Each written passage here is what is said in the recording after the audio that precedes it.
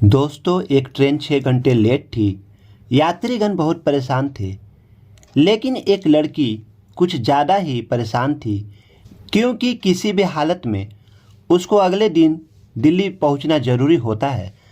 दोस्तों, बार बार खिड़की के पास जाती है, पूछताछ केंद्र पर पूछताछ करती है, जबकि उस लड़की को पता था कि ट्रेन 6 घंटे लेट हो चुकी है। उसके बावजूद इस बीच में जाकर पूछताछ केंद्र में उस लड़के का दिमाग चाट लेती है। उसके बाद किसी तरह प्लेटफॉर्म पर इधर उधर घूमते हुए, लोगों से बात करते हुए, चहलकदमी करते हुए लड़की 6 घंटे समय काट लेती है। तभी उसको पता चलता है कि ट्रेन और 4 घंटे लेट हो चुकी है। यह सुनते ही लड़की उदास हो जाती है और रोने लगती है। उसकी आंखों में आंसू आ जाते हैं। एक लड़का चुपचाप उसको देखता रहता है और उसके दर्द को महसूस कर रहा था। जैसे तैसे कर 4 घंटे भी बीत जाते हैं और तभी उस लड़की को, जिसका नाम सोनी होता है, यह पता चलता है कि ट्रेन रद्द हो चुकी है, कैंसिल हो चुकी है। दोस्तों, उसके बाद उस लड़की पर जो गुजरती है, आइए जानते हैं आखिर कौन थी वो लड़की और क्यों इतनी जल्दी थी उसे दिल्ली जाने की। इस कहानी के माध्यम से हम लोग जानते हैं। अगर कहानी आपको अच्छी लगे तो कृपया मेरे चैनल को सब्सक्राइब करें। दोस्तों, कहते हैं जब मुसीबत आती है तो चारों तरफ से आती है। उस लड़की के साथ भी यही हुआ। लड़की झारखंड के धनबाद स्टेशन पर वैशाली एक्सप्रेस का इंतजार कर रही थी। उसे दिल्ली जाना था, लेकिन उसको जब यह मालूम चलता है कि ट्रेन 2 घंटे लेट है, तो वो अपने घर से 2 घंटे लेट आती है। स्टेशन पर आने पर पता चलता है कि ट्रेन 4 घंटे और लेट है, यानी कि ट्रेन 6 घंटे लेट थी। किसी तरह से वह स्टेशन पर 6 घंटे बिताती है, चहलकदमी करते हुए, लोगों से बातें करते हुए। लड़की मोबाइल देखती है।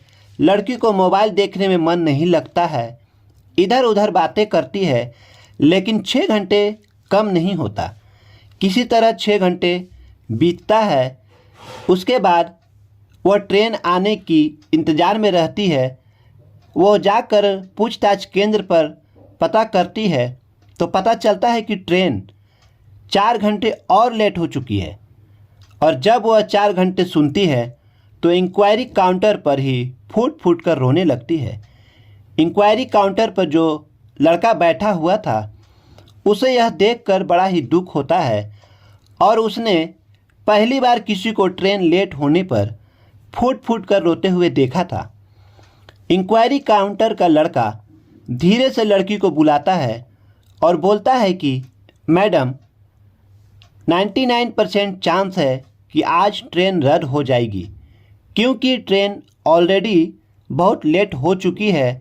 इसलिए मुझे जहाँ तक नॉलेज है, इस कंडीशन में ट्रेन कैंसिल हो जाती है। इंक्वायरी काउंटर का जो वो लड़का है, वो उसे बताता है कि अगर आपके पास कोई और साधन है दिल्ली जाने का, तो आप वो अरेंजमेंट कर लीजिए, क्योंकि ट्रेन हो सकता है कि कैंसिल रद्द हो जाए। इंक्वायरी काउंटर का लड़का लड़की से पूछता है कि आखिर में आपको दिल्ली जाने की इतनी जल्दी क्यों है? आखिर में आप दिल्ली जाने के लिए क्यों रो रही हो?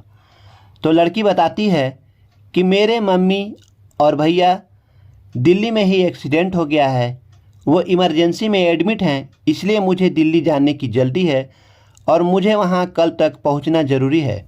उनकी देखभाल करने के लिए वहाँ पर केवल मेरी भाभी है, जो कि प्रेग्नेंट है और उनका लास्ट महीना चल रहा है। मेरा पहुंचना वहां ज़रूरी है, इसलिए आप अगर कुछ कर सकते हैं तो कुछ कर दीजिए। इंक्वायरी वाला लड़का बोलता है कि 99% चांस है कि ट्रेन लेट होने के कारण रद्द हो सकती है, इसलिए आप दूसरी व्यवस्था कर लीजिए। सुनकर वह लड़की वहां बैठकर रोने लगती है, जैसे सारा कुछ ख़त्म हो चुका है। दोस्तों, एक लड़का जिसका नाम राहुल होता है, वो उसको वहाँ पर नोटिस कर रहा था वह भी उसकी परेशानी को समझ रहा था। क्यों परेशान है, क्या इसके साथ हो गया है। दोस्तों, उस लड़के का नाम राहुल होता है। उसको भी दिल्ली जाना बहुत ज़रूरी था, लेकिन इतना भी ज़रूरी नहीं था जितना उस लड़की को लग रहा था। दोस्तों, राहुल को जाना तो था ही। वह उस लड़की के पास जाता है जिसका नाम सोनी रहता है। वह उससे पूछता है कि क्या बात है, तुम ऐसा क्यों रो रही हो, क्या परेशानी है। दोस्तों, सोनी अकेली थी। वह राहुल को बताती है कि उसका दिल्ली जाना बहुत ज़रूरी है। अपने भैया और मम्मी के बारे में बताती है कि ऐसे ऐसे दोनों हॉस्पिटल में भर्ती हैं, एडमिट हैं, और उनका ध्यान रखने के लिए केवल मेरी भाभी है जो कि प्रेग्नेंट है और वह दिल्ली में अकेली हैं। मेरी भाभी बार बार मुझे फ़ोन कर रही है और परेशान हो रही है, और इंक्वायरी काउंटर पर मुझे बताया जा रहा है कि शायद वह ट्रेन रद्द हो सकती है, कैंसिल हो सकती है। राहुल सोनी से बोलता है, एक काम करो, हम लोगों को तो दिल्ली जाना ही है। मेरे से ज़्यादा तुम्हारा जाना ज़रूरी है, ऐसा तुम्हारे बताने से लगता है। तो एक काम किया जा सकता है, मेरे पास गाड़ी है। अगर तुम मेरे साथ गाड़ी में चलना चाहो तो हम लोग गाड़ी के माध्यम से दिल्ली जा सकते हैं। मैं तो गाड़ी से ही दिल्ली जा रहा हूँ। अगर आपको चलना हो तो आप मेरे साथ चल सकते हैं। लड़की को अपने कानों पर भरोसा नहीं होता है। वह राहुल से पूछती है कि क्या कह रहे हो। राहुल बोलता है कि हाँ, मैं अपनी गाड़ी से जा रहा हूँ और मैं केवल तुम्हें बोल रहा हूँ, अगर दिल्ली चलना हो तो तुम मेरे साथ मेरी गाड़ी से चल सकती हो। दोस्तों, सोनी राहुल के साथ जाने को तुरंत तैयार हो जाती है क्योंकि उसका दिल्ली जाना बहुत ज़रूरी था। उसकी मम्मी और भैया अस्पताल में थे, भाभी अकेली दिल्ली में जूझ रही थी। सोनी राहुल से बोलती है कि प्लीज़ आप मुझे दिल्ली पहुंचा दो। मैं, अगर आप बोलोगे तो तेल का 1000-2000 आपको दे दूंगी। राहुल के पास फॉर्च्यूनर गाड़ी होती है। वह अपने भाई को फ़ोन करके गाड़ी को मंगवा लेता है। थोड़ी ही देर में राहुल का भाई फॉर्च्यूनर गाड़ी लेकर आ जाता है। उसके बाद सोनी और राहुल दोनों स्टेशन से दिल्ली के लिए अपनी गाड़ी से रवाना होते। जल्दी ही फॉर्च्यूनर नेशनल हाईवे 2 पर हवा से बातें करने लगती है। ड्राइविंग सीट पर राहुल बैठा था और उसके जस्ट बगल में सोनी बैठी हुई थी। सोनी बहुत ही खुश थी कि वह जल्द ही दिल्ली पहुंच जाएगी, लेकिन उसको नहीं पता था कि उसके सामने जो मुसीबत है वह उसका इंतज़ार कर रही है। राहुल सोनी से बोलता है कि प्लीज़ तुम सोना मत, मुझसे बातें करते रहना, क्योंकि अगर तुम सो जाओगी तो मुझे भी नींद आने लगेगी और फिर हम लोग ड्राइविंग नहीं कर पाएंगे। दोस्तों, फिर दोनों आपस में बातें करते रहते हैं। इसी तरह से बातें करते और ड्राइविंग करते हुए 4-5 घंटे बीत जाते हैं। सुबह के 6 बजते हैं तो सोनी को नींद आने लगती। सोनी राहुल को बोलती है कि मुझे बहुत नींद आ रही है। तो राहुल सोनी से बोलता है, नहीं, बिल्कुल भी मत सोना, नहीं तो मुझे भी नींद आने लगेगी, फिर मैं गाड़ी कैसे चला पाऊँगा। सुबह 6 बजे सड़क पर ट्रैफिक बहुत कम होती है, इसलिए राहुल गाड़ी को बहुत तेज़ चला रहा था और सोनी से बातें कर रहा था। लेकिन थोड़ी देर बाद सोनी उसकी बातों का जवाब नहीं दे रही थी। तो राहुल ने उससे पूछा, सो रही हो क्या? सोनी बोलती है, हाँ, मुझे बहुत नींद आ रही है। राहुल बोलता है, नहीं नहीं, सोना मत, नहीं तो मुझे भी नींद आने लगी। जब सोनी की तरफ से कोई रिस्पॉन्स नहीं मिलता है तो राहुल अपनी गाड़ी को एक होटल के पास रोकता है। लगभग यह दोनों कानपुर पहुंच चुके थे।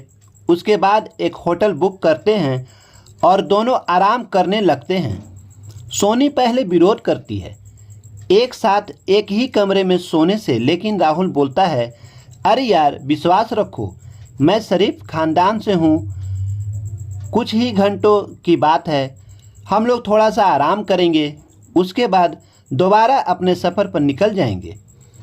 राहुल 4 घंटे बाद का अलार्म सेट करता है और दोनों सो जाते हैं। 4 घंटे के बाद राहुल की नींद टूटती है।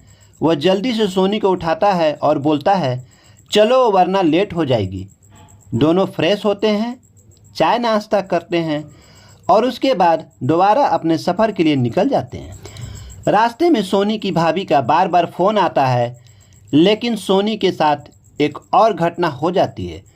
उसके फ़ोन पर उसकी बेस्ट फ्रेंड शीला का फ़ोन आता है। शीला उसे बताती है कि उसका बॉयफ्रेंड यानी कि सोनी का बॉयफ्रेंड जिसका नाम मनोज रहता है, उसकी आज शादी होने वाली है। सोनी यह सुनकर अचंभित हो जाती है कि यार यह कैसे हो सकता है, मेरी मनोज से कल ही बात हुई है, उसने मुझे कुछ नहीं बताया। शीला बोलती है, नहीं मैं तुमसे सच बोल रही हूँ, मनोज आज शादी करने जा रहा है। पर सोनी बहुत परेशान हो जाती है। एक तरफ तो उसकी फैमिली जो हॉस्पिटल में एडमिट है, दूसरी तरफ उसका बॉयफ्रेंड उसे धोखा देकर शादी करने जा रहा था। यह सब सुनकर राहुल सोनी से पूछता है, कौन शादी करने जा रहा है, किसका फ़ोन था। सोनी कुछ बताने से हिचकिचाती है और वो राहुल से क्या बोले, लेकिन राहुल बोलता है, सही सही बताओ, हम लोगों का समय भी कटेगा, मुझे नींद भी नहीं आएगी और मैं कुछ तुम्हारी समस्या का समाधान कर पाऊँगा। सोनी राहुल को बताती है कि मेरा एक बॉयफ्रेंड है, उसने मुझसे शादी करने का वादा किया था और आज वह दूसरी लड़की से शादी करने जा रहा है। यह बोलकर सोनी रोने लगती है। राहुल सोनी को समझाता है कि जब वह लड़का तुमसे शादी नहीं करना चाहता है तो क्यों तुम परेशान हो रही हो। सोनी बोलती है, मैं कहाँ परेशान हो रही हूँ, वही लड़का मुझे रिक्वेस्ट करता था कि मुझसे प्यार कर लो, मुझसे शादी कर लो, तुम्हारे सिवा अगर मैंने किसी और को देखा तो तुम मेरी आंखें फोड़ देना। सोनी बोलती है कि सबसे पहले मैं उसकी आंखें फोड़ दूंगी। यह सुनकर राहुल हंसने लगता है, बोलता है, यार सच में लड़कियां पागल होती है। राहुल सोनी को बोलता है कि तुम एक बार अपने बॉयफ्रेंड को फ़ोन लगाओ और उसको बोलो कि मैं तुम्हारे बिना नहीं रह पाऊंगी, देखो तुम्हारा बॉयफ्रेंड क्या बोलता है। सोनी अपने बॉयफ्रेंड को फ़ोन लगाती है। उधर से उसका बॉयफ्रेंड मनोज फ़ोन उठा लेता है और बोलता है, बोलो सोनी क्या बात है। सोनी बोलती है कि सुना है तुम शादी करने जा रहे हो।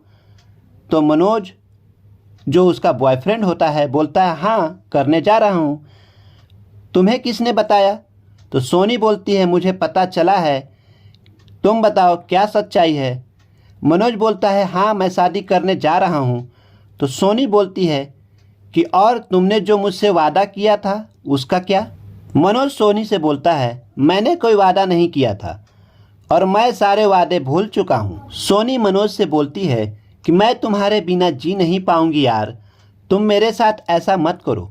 मनोज बोलता है, नहीं मेरी शादी फिक्स हो चुकी है और मैं कल ही शादी करने जा रहा हूँ। यह सुनकर सोनी उदास हो जाती है और उधर सोनी की भाभी जो दिल्ली में अकेली थी, उसका भी बार बार फ़ोन आ रहा था। दिल्ली के एक सरकारी अस्पताल में सोनी के भाई और मम्मी भर्ती रहते हैं, इसलिए सोनी अपने भाभी से बात करती है और वहाँ का हाल चाल लेती है। उसके बाद राहुल अपने एक रिलेटिव को दिल्ली में फ़ोन करता है और बोलता है कि हॉस्पिटल का नाम बताते हुए कि एक मेरे जान पहचान के वहाँ एडमिट हैं, जाकर थोड़ा सिचुएशन का जायज़ा लेकर मुझे फ़ोन करो। राहुल अपने रिलेटिव से बोलता है कि अगर कोई भी प्रकार की अनहोनी हो गई हो तो प्लीज़ मुझे बता देना, छुपाना नहीं। राहुल गाड़ी को तेज़ चलाता है और 12 बजे दोपहर तक यह दोनों दिल्ली हॉस्पिटल में पहुंच जाते हैं।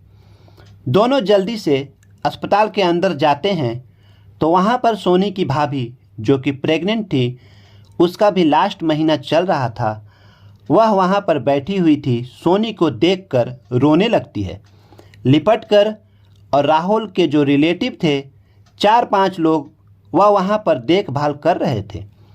सोनी की मम्मी और भैया दोनों ही इमरजेंसी में एडमिट थे। कोई भी तरह का अनहोनी की बात नहीं थी, सारा कुछ ठीक चल रहा था। राहुल सोनी को बोलता है कि तुम अपने भैया और मम्मी का अच्छा से इलाज करवाओ, कोई भी पैसे की ज़रूरत हो तो मुझे बोलना। लेकिन सोनी की भाभी बोलती है, नहीं, यहाँ पर कोई भी पैसे नहीं लगते हैं और इलाज भी अच्छा हो रहा है। राहुल सोनी की भाभी को बोलता है कि अगर प्राइवेट अस्पताल में इलाज करवाना हो तो वो भी मैं मैनेज कर सकता हूँ। सोनी की भाभी बोलती है, नहीं, यहाँ पर भी ठीक इलाज कर रहा है। सोनी के भैया और मम्मी स्कूटर से गिर गए थे, इसलिए उनके मुंह से खून आ गया था और दोनों थोड़ी देर बेहोश भी थे, इसलिए उसकी भाभी टेंशन में आ गई थी। लेकिन अब सब कुछ ठीक चल रहा था, सब कुछ सामान्य था। उसके बाद सोनी अपने भाभी से बोलती है कि चलिए रूम पर, राहुल जैसे तैसे मुझे लेकर आए हैं, जल्दीबाजी में इन्होंने खाना भी नहीं खाया है, तो रूम पर यह फ्रेश हो लेंगे। आप कुछ इनके लिए खाना बना देना, उसके बाद यह कुछ आराम भी कर लेंगे। जैसे ही राहुल और सोनी रूम पर पहुंचते हैं, सोनी अपनी भाभी को बोलती है कि मेरा बॉयफ्रेंड मनोज आज ही शादी कर रहा है। यह सुनकर उसकी भाभी उसको समझाती है कि वह लड़का ठीक नहीं है, तुम उससे ब्रेकअप कर लो, और अगर वह शादी कर रहा है तो अच्छी बात है, तुम भी कहीं और शादी कर लेना। इस बात को सुनकर राहुल सोनी की तरफ देखकर सोनी की भाभी से बोलता है कि देखिए, मुझे भी शादी करनी है और मुझे भी लड़की सोनी की तरह ही चाहिए, इसलिए अगर आप लोगों को कोई आपत्ति ना हो तो मैं सोनी से शादी करना चाहता हूँ। सोनी राहुल से बोलती है कि आपके पास तो प्रॉपर्टी भी है, अच्छे पैसे हैं, गाड़ी है, घर है, आपको तो कोई भी लड़की मिल जाएगी। उसके बाद सोनी की भाभी राहुल से पूछती है, आप क्या काम करते हो? तो राहुल बोलता है कि मैं प्रॉपर्टी डीलर हूँ और मेरे पापा भी यही काम करते हैं। हम लोगों का दिल्ली के सरोजनी नगर में अपना मकान भी है और कारोबार भी है। राहुल सोनी से बोलता है कि हाँ, मुझे कोई भी लड़की मिल जाएगी, लेकिन मुझे तुम्हारी जैसी लड़की चाहिए जो अपने परिवार का इतना ध्यान रखती है। फिर सोनी राहुल से बोलती है कि तुम तो सारा कुछ जानते हो मेरे बॉयफ्रेंड के बारे में, उसके बाद भी तुम ऐसी बातें कर रहे हो। राहुल बोलता है, हाँ, मैं जानता हूँ, इसलिए तुम्हारे साथ शादी करना चाहता हूँ। अगर तुम्हारा बॉयफ्रेंड कहीं और शादी कर लेता है और तुम्हारे मन में किसी और के प्रति प्रेम ना हो तो मैं तुमसे शादी करना चाहता हूँ और तुम मेरे बारे में सोच सकती हो। सोनी बोलती है, ठीक है, लेकिन सबसे पहले हम लोग कल मनोज के घर जाएंगे, उसकी शादी में। सोनी राहुल से बोलती है कि तुम मेरा एक काम करना, हम लोग कल मनोज की शादी में पति पत्नी बनकर चलेंगे और उसको जलाएंगे। राहुल तैयार हो जाता है, बोलता है, ठीक है, मैं कल सुबह आ जाऊंगा।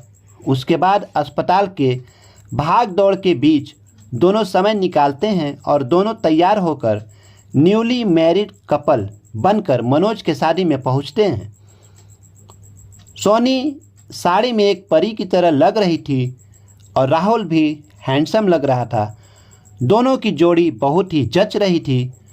दोनों मनोज के शादी में पहुंचते हैं। मनोज सोनी को देखता ही रह जाता है, क्योंकि मनोज जो सोनी का बॉयफ्रेंड था, वह जिससे शादी करने जा रहा था, वह सोनी के सामने फीकी बिल्ली लग रही थी। उसके बाद सोनी मनोज को एटीट्यूड दिखाकर बोलती है कि मैं भी शादी कर ली है और तुमसे अच्छा लड़का मिला है। उसके बाद दोनों वहाँ से वापस आ जाते हैं। सोनी की भाभी को 15 दिन के बाद एक लड़का पैदा होता है और उसके भैया और मम्मी भी अस्पताल से 4 दिनों के बाद डिस्चार्ज हो जाते हैं। चारों तरफ खुशियाँ ही खुशियाँ रहती है। इतने दिनों में राहुल और सोनी के बीच प्यार हो जाता है और दोनों आपसी सहमति के साथ अपने मम्मी पापा की रजामंदी के साथ शादी कर लेते हैं। सोनी भले ही मनोज के लिए कोई मायने नहीं रखती है, लेकिन वह राहुल की ज़िंदगी में रंग भर देती है।